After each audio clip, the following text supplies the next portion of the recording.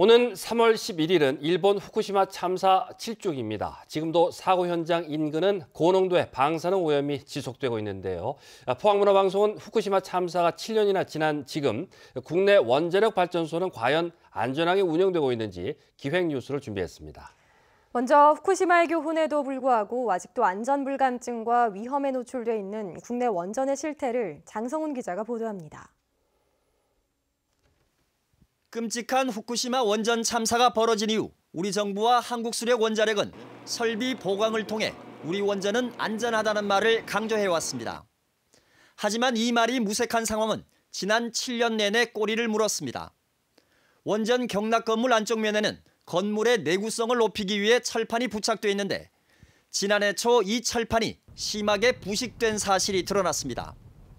점검한 8기 원전 가운데 절반인 4기에서 결함이 확인됐고 부식으로 인해 철판이 두께의 절반도 남지 않거나 아예 구멍이 뚫린 곳도 있었습니다.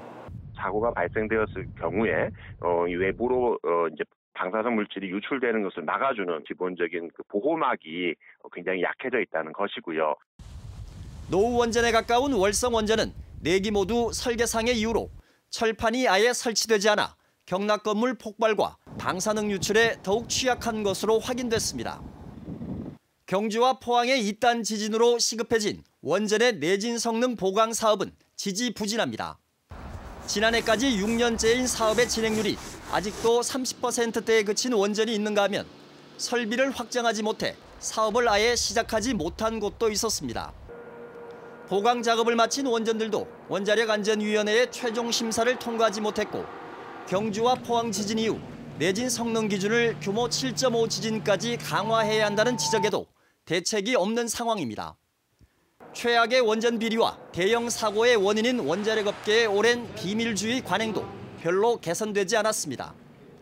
3년 전 월성 1호기의 수명 연장을 위한 안전성 검증 과정은 원전 측의 자료 비공개로 인해 부실과 소모적인 논란 그리고 잘못된 결정으로 끝나고 말았습니다. 제대로 된 데이터를 내겠다고 말씀하셨어요. 대답을 하셨어요. 그때 분명히. 근데 그게 안 나오는 거잖아요, 지금. 그게 한 달 전이었던 걸로 제가 기억을 하는데요. 그것도 대회비인가요? 뒤늦게나마 최근 한국수력원자력은 국내 모든 가동원전에 대한 최종 안전성 보고서 등 인허가 문서를 인터넷을 통해 공개하겠다고 밝혔지만 과연 얼마나 충실히 공개할지는 좀 더 두고 볼 일입니다. 한국수력원자력 측은 국내 원전의 위험성 지적에 대해 후쿠시마 사고를 계기로 마련한 후속 안전대책 가운데 80% 이상을 완료했고 2020년까지 100% 끝낼 예정이라고 밝혔습니다. 후쿠시마 원전 참사에 이어 경주 포항에서의 이딴 지진을 겪으면서 지역민들의 불안은 날로 커지고 있습니다. 하지만 국내 원전의 위험성은 여전히 제대로 관리되지 않고 있습니다. MBC 뉴스 장성훈입니다.